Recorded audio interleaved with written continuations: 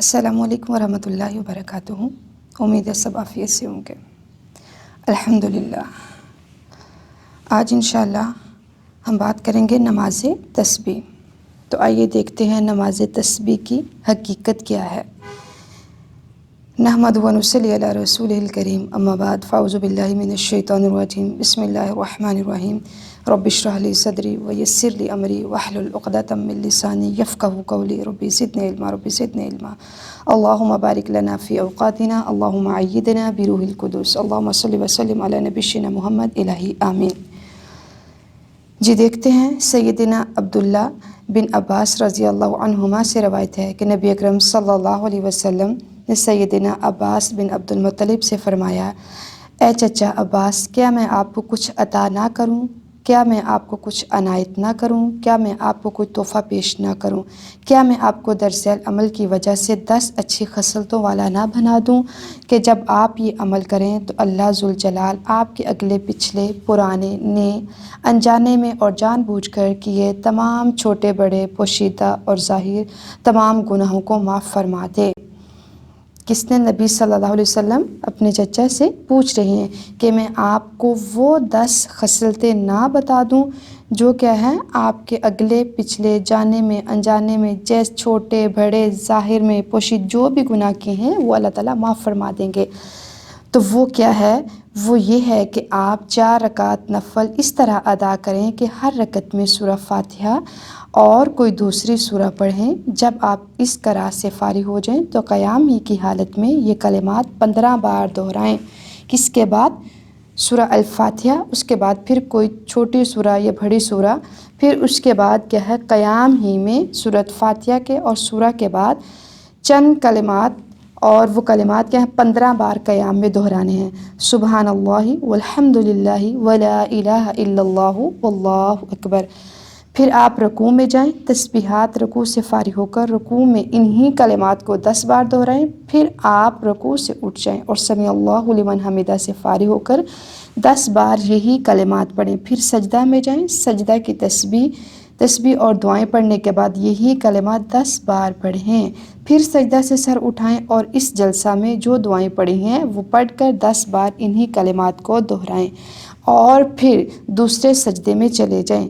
پہلے سجدے کی طرح 10 بار پھر اس تسبیح کو ادا کریں۔ پھر سجدہ سے سر اٹھائیں اور جلسہ استراحت میں کچھ اور پڑھے بغیر 10 بار اس تسبیح کو دہرائیں۔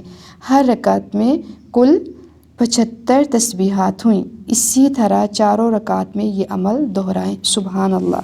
تو کیا ہے؟ اسی طرح 4 جو رکعت ہیں ان میں یہ تسبیحات دہرانی ہے۔ کیسے؟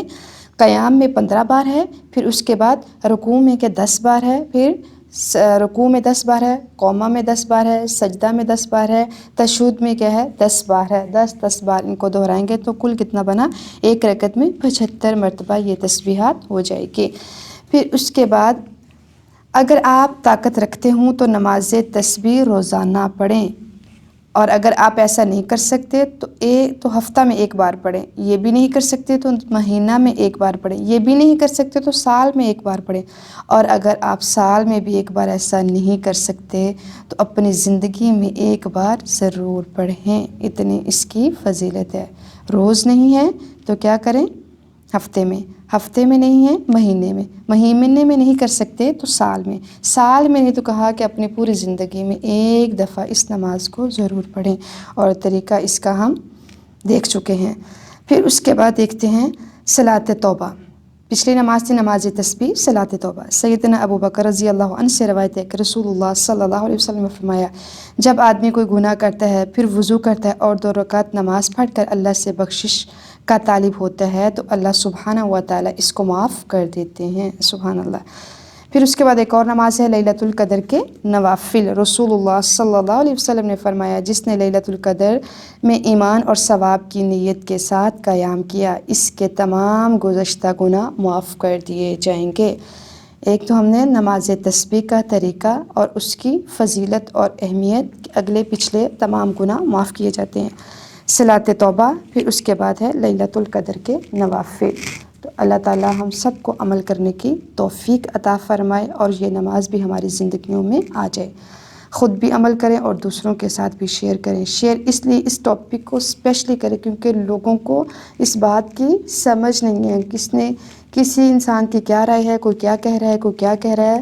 تو اصل حقیقت اس کی یہ ہے، تسبیحات اس کی یہ ہیں 15 بار اور 10 بار ان کو ہم دہرائیں گے.